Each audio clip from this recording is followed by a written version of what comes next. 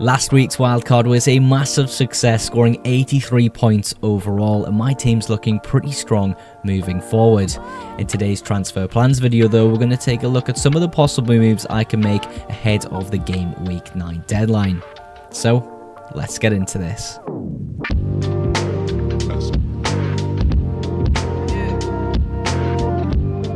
Welcome back to the transfer plans series. Of course, a little bit of a delay with this video with my graphical software being down globally yesterday, but we're here with my transfer plans. Of course, if you're brand new around here, feel free to subscribe.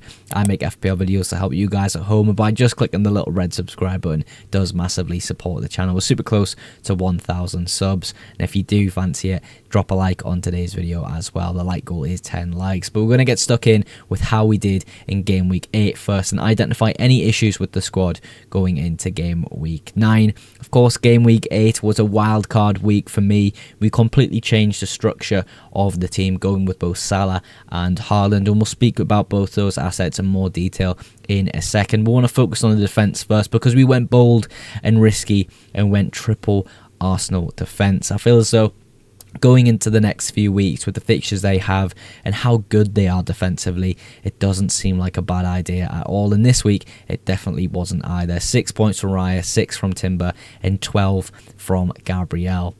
We also have Mukiele here, very low-owned player going into game week 8. I had faith in him as, of course, a rotational asset in my team, but a starter for game week 8 against Wolves. And it was an amazing decision with 17 points scored overall. A beautiful goal from him in that fixture as well. And you can tell wearing the same shirt as him, I was very, very pleased with that fixture. We had Rodon as well. Not the most pleasant experience for Rodon this game week, only scoring 1 point. Nowhere near defensive contributions either. Possibly an issue there, but again, he is a massively rotational asset. I'm not going to be playing him every single week, but I could be forced into playing him in the coming weeks with Anderson possibly being out. We hope for a positive update from him. I don't plan to play him in game week 9. I actually plan to play him in game week 10, so hopefully he's available by then. In the midfield, we'll start with another issue on the bench, same as Anderson. Enzo didn't feature within the Chelsea squad at the weekend. I was really shocked by it, to be honest. I thought he'd be completely fine in all honesty, but sadly not featured within the squad. Again, it's another one where we hope he's available for his good set of fixtures coming up, especially this week when he plays Sunderland at home. Although Sunderland do look a really good side, I think Chelsea do have a lot of quality in that team. We'll move on to the rest of the midfield who started though. We've got Mohamed Salah. We took a risk on him against the Manchester United team, Manchester United fixture, and again, disappointment. We took him out a few weeks ago. We brought him back in on the wild card. I think there were some good chances of potentially captaining him in the next few weeks, but that doesn't seem like a possibility with Liverpool again looking really out of form. I do think within the next few fixtures, going into that really good run in a few weeks' time, things will start to improve, and hopefully that includes Salah within that. You've also got Reinders, who was a bit disappointing as well within the midfield, coming off before 60. I do think Reinders is still a good asset at that cheap price point. I just think his minutes, if they do look a bit inconsistent going into the next few fixtures, he could be possibly someone who leaves the side. Fernandes, a lot of people sort of clowned me in the live stream for the deadline stream the other day, saying, why have you picked Fernandes? I mean, this is why. He's involved in pretty much everything United does going forward, and of course goes ahead, gets an assist, gets all 3 bonus, and has an amazing game against a Liverpool side at Anfield. It just didn't seem likely, but he's come away with 8 points in that fixture. You have Stach of Leeds, who actually wasn't planned to play in game week 8. It was Enzo in his place, but with Enzo's absence from the squad, he had to step up and only came away with 2 points, sadly. Calvert-Lewin as well, another one where people were kind of questioning that move in the chat, and I think I still like him as a pick, as that cheap enabler. He's going to play a lot of minutes, and he does get a lot of chances. I think just putting a few away, a few of those chances away, and you'll look like a really great asset at that price. We'll see how he performs next week against West Ham, though, at home as well. You've got Haaland, who was the captain, and of course Haaland's doing Haaland things. His 2 goals were really, really well worked, and I was really impressed with his movement within the box. That header was brilliant as well, wasn't it? But yeah, correct decision captaining him in game week 8. There was some consideration going Mohamed Salah against the United because he does enjoy playing against them, but of course that fixture went completely south for Liverpool, and Haaland, being my captain, stepped up and did the job. But that's how we did in game week 8. Let's look now at my game week 9 transfer plans. This is how we're currently lining up for game week 9, with 2 changes made to the squad. In terms of transfers, after a wild card, it's not often you need to make a transfer, and I don't think that's the case this week. The changes I've made to the squad, though, is taking Raya out, putting him on the bench, and playing Dubravka against Wolves away this week, and then putting Enzo back into the starting lineup, even with his flag in FPL. We're going to start, though, with transitioning from the triple Arsenal defence to just 2 this week, and I think it's mainly to do with the fixture of Crystal Palace at home. Yes, it's at home, and there is still some consideration to put Raya back in there and have that triple Arsenal set up, but Dubravka, with his fixture of Wolves away from home, I feel as though it's a great time to possibly play a bit of upside there, because Wolves just don't seem like a really threatening team right now. Of course, my team, Sunderland, played them at the weekend. Wolves just looked completely unthreatening. There was not really a time where I felt scared for the Sunderland defence. There were maybe a few cagey moments where the ball would maybe fall to someone on the edge of the box or drop in the box, and it could have just been put in by anybody, but still in them moments, nothing really is threatening about Wolves right now. And I think we can possibly play that Dubravka, keep a move, and feel quite safe about doing so. So possibly a move I can make this week is benching David Raya. But again, we definitely could go ahead with that triple Arsenal defence, even against Crystal Palace. Rodon in the defence as well. I don't think it's a bad fixture whatsoever. Even with Nuno's appointment, West Ham still don't quite look impressive at all. I think last night's fixture, even though I didn't watch it, I saw a lot of discourse online about just how bad West Ham were that evening, and it was against Brentford as well. I really expected West Ham to do something against them, but yeah, Rodon against them in the defence at home as well at Ellen Road. It does feel like a decent fixture and an opportunity for a clean sheet there. Moving into the midfield, Mohamed Salah stays, of course. Brentford away from home. It's the same conversation with Liverpool. It's sort of, when is this bad form going to turn?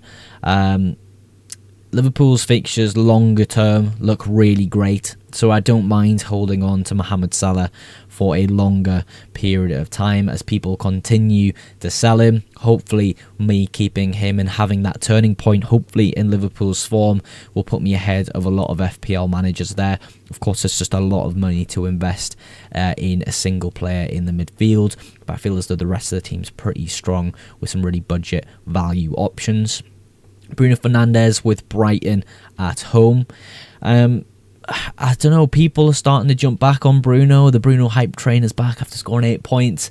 I feel as though it's just going to be, for the rest of the season, hit or miss with the United. Bruno scores points, he's a good asset. He doesn't, he's a bad asset. I suppose that is true, but I just feel as though consistent points will become normal for Bruno Fernandes. The odd defensive contribution, the odd attack and return. He is quite good for bonus as well, isn't he? He came away with all 3 bonus in game week 8's fixture.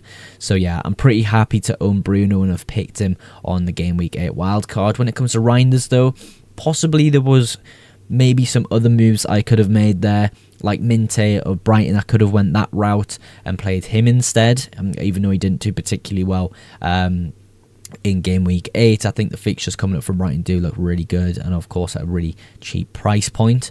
But Reinders will stay in the squad. We'll just have to keep an eye on his minutes, see how he's getting on in that regard, because if his minutes aren't looking good, then him as an asset for me comes drastically down, because that's the appeal of Reinders. You know, a 80 plus minute Man City midfield at a cheap price point, who has of course, the opportunity to get goal involvements with a massive Norwegian robot in front of you.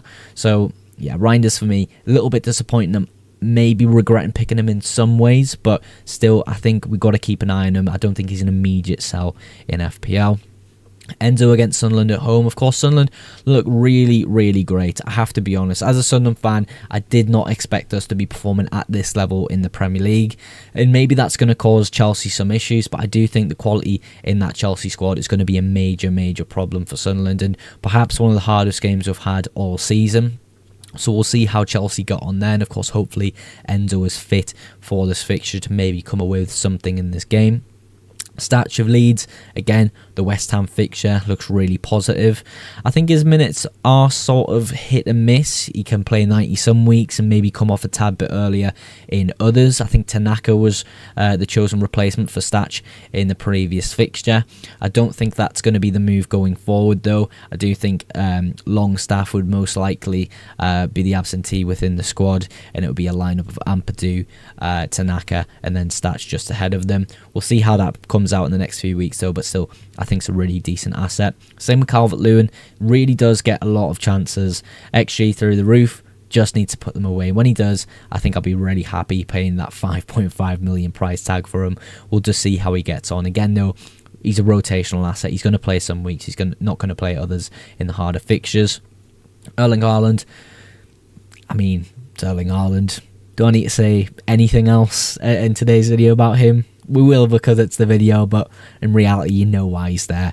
He's just fantastic. He's on absolute fire. And of course, my captain this game week. I mean, if Haaland didn't do so well in the Everton fixture, I was maybe going to look at Bruno, at Salah, at Enzo, and possibly Calvert-Lewin as a massive differential punt for captaincy. But I feel as though Haaland, he just proved me wrong again. I didn't think he would do so well in the Everton fixture. He absolutely smashes it. But yeah, if Salah performed a little bit of a high standard in the United fixture and things looked different in that game, he would be my captain this game week, and I think that was the initial plan, in all honesty. Bruno definitely could be the captain, but I think it's risky with that Brighton side because we don't really know what we're going to get with Brighton week in, week out. So yeah, Haaland definitely gets the captaincy armband there with, of course, no free transfers used. And we're going to roll into game week 10 and then free hit in game week 11. That's the current chip strategy I'm on. And of course, bench boost in game week 16, as I've mentioned in previous videos before.